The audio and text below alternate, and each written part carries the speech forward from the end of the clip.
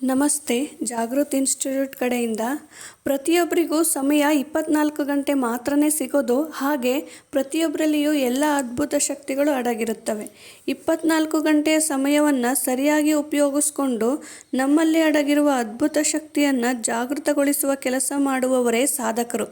ಅಂಥವರಲ್ಲಿ ರತನ್ ಟಾಟಾ, ಸುಂದರ್ ಪಿಚಾಯ್, ಸುಧಾ ಮೂರ್ತಿ, sports person, ಸೈಂಟಿಸ್ಟ್ಗಳು ನಮ್ಮ best role model ಅನ್ನಿಸ್ತಾರೆ.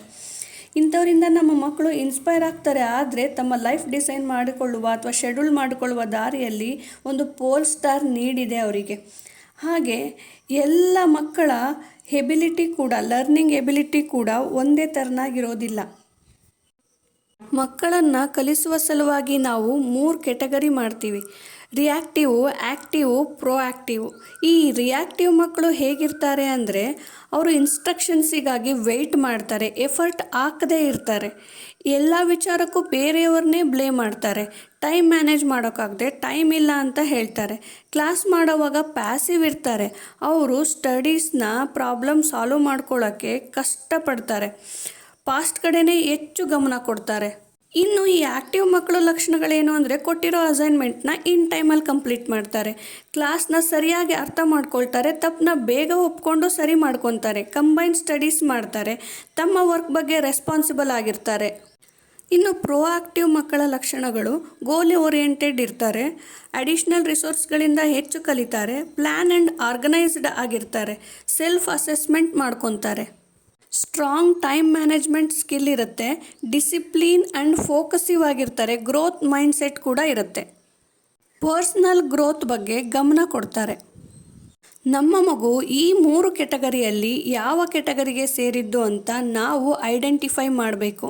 ನಂತರ ಅವರ ಇಂಟ್ರೆಸ್ಟನ್ನು ಜಾಗೃತಗೊಳಿಸಿ ಅದೇ ದಾರಿಲಿ ಅಚೀವ್ ಮಾಡೋಕ್ಕೆ ಜಾಗೃತ್ ರೊಟೀನ್ ಎಫೆಕ್ಟಿವ್ ಆಗಿ ಕೆಲಸ ಮಾಡುತ್ತೆ. ನಮ್ಮಲ್ಲಿ ಎಲ್ಲ ಕೆಪಾಸಿಟಿ ಇದ್ರೂ ಸಾಧನೆ ಮಾಡೋಕ್ಕಾಗ್ತಿಲ್ಲ ಅಂದರೆ ನಾವಿನ್ನು ನಮ್ಮ ಲಿಮಿಟ್ ಕ್ರಾಸ್ ಮಾಡೋ ಕಡೆ ಗಮನ ಹರಿಸಿಲ್ಲ ಅಂತ ಅರ್ಥ. ಈ ಲಿಮಿಟ್ ಕ್ರಾಸ್ ಮಾಡೋ ಲೀಡರ್ಶಿಪ್ ಕ್ವಾಲಿಟಿನ ಪ್ರಕೃತಿ ನಮಗೆ ಕಲಿಸುತ್ತೆ. ಆದರೆ ನಾವು ಕಲಿಯೋಕ್ಕೆ ರೆಡಿ ಆಗಬೇಕು. ಇದಕ್ಕೊಂದು ಬೆಸ್ಟ್ ಎಕ್ಸಾಂಪಲ್ ಇದೆ, ಅದೇ the story of eagle. Actual ಆಗಿ ಸೃಷ್ಟಿಯ ಆರಂಭದಲ್ಲಿ life span of eagle 40 years ಇತ್ತು.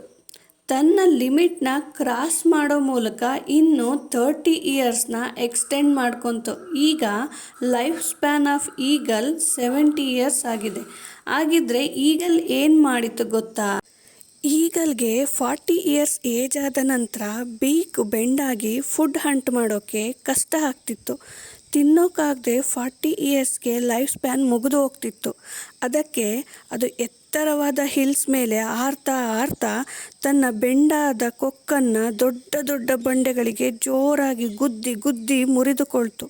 ಬೀಕ್ ಬೆಳೆಯೋವರೆಗೂ ವೆಯ್ಟ್ ಮಾಡಿ, ನೇಲ್ಸ್ಗೂ ಹೀಗೆ ಮಾಡಿ ಹೊಸ ನೇಲ್ಸ್ ಡೆವಲಪ್ ಮಾಡಿಕೊಂಡು ಹಾರಲು ಈಸಿ ಆಗೋಕ್ಕೆ ತನ್ನ ವಿಂಗ್ಸ್ನ ಕೂಡ ಬುದ್ಧಿವಂತಿಕೆಯಿಂದ ಆಲ್ಟರ್ ಮಾಡಿಕೊಳ್ತು. ಈ ರಿಯಲ್ ಸ್ಟೋರಿಲಿ ನಾವು ಗಮನಿಸಬೇಕಾದದ್ದು, ಬೀಕ್ ಆ್ಯಂಡ್ ನೇಲ್ಸ್ ಮುರಿದುಕೊಂಡು ಮತ್ತೆ ಡೆವಲಪ್ ಆಗೋವರೆಗೂ ಹಸಿವನ್ನು ಸಹಿಸಿಕೊಂಡು ತಾಳ್ಮೆಯಿಂದ ಕಾದು ವಿಂಗ್ಸ್ನೂ ಆಲ್ಟರ್ ಮಾಡಿಕೊಂಡು ತನ್ನ ಹೊಸ ಜೀವನವನ್ನು ಹೊಸ ಕಾನ್ಫಿಡೆನ್ಸ್ ಜೊತೆ ಹೊಸದಾಗಿ ಶುರು ಮಾಡ್ತು.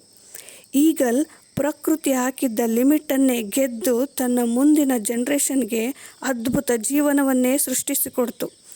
ಬದುಕನ್ನು ತನ್ನ ಹಾರ್ಡೆಸ್ಟ್ ಸ್ಟ್ರಗಲ್ ಇಂದ ಗೆದ್ದು ಸಾಧನೆಗೆ ಬೆಂಚ್ ಮಾರ್ಕ್ ಸೆಟ್ ಮಾಡ್ತು. ನಮ್ಮ ಲಿಮಿಟ್ ಕ್ರಾಸ್ ಮಾಡಿ ಸಾಧನೆ ಮಾಡೋದು ಈಗಲಷ್ಟು ಕಷ್ಟ ಅಲ್ಲ, ಆದರೆ ನಾವು ಪ್ರತಿಯೊಂದಕ್ಕೂ ರೀಸನ್ ಕೊಡೋದನ್ನು ಬಿಡಬೇಕು. ಫಾರ್ ಎಕ್ಸಾಂಪಲ್, ಬೆಳಿಗ್ಗೆ ಬೇಗ ಎದ್ದೇಳಿ ಅಂದರೆ, ಅಯ್ಯೋ ನಾನು ನಿನ್ನೆ ತುಂಬ ಸುಸ್ತಾಗಿ ಲೇಟಾಗಿ ಮಲಗಿದ್ದೆ, ಬೇಗ ಎದ್ದೇಳೋಕ್ಕೆ ಆಗಲ್ಲ ಅನ್ನೋದು.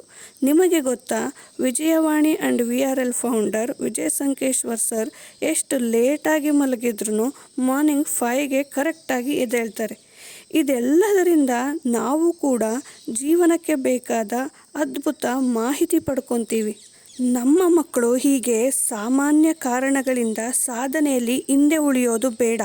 ಔಟ್ ಆಫ್ ಬಾಕ್ಸ್ ಥಿಂಕ್ ಮಾಡ್ತಾ ನಮ್ಮ ಟ್ರೈನಿಂಗ್ನ ಸಹಾಯದಿಂದ ಪಾಸಿಟಿವ್ ಪರ್ಸ್ನಾಲಿಟಿ ಡೆವಲಪ್ ಮಾಡಿಕೊಂಡು ಎಂತಹದ್ದೇ ಸಾಧನೆಗೂ ಮೊದಲ ಹೆಜ್ಜೆ ಇಡುವಲ್ಲಿ ಯಶಸ್ವಿಯಾಗಲಿ, ಹಾಗೆ ಎಲ್ಲ ಸಾಧನೆಗಳನ್ನು ಮಾಡಿ ಗೆದ್ದು ಬರಲಿ ಎಂದು ನಾವೆಲ್ಲರೂ ಹಾರೈಸೋಣ.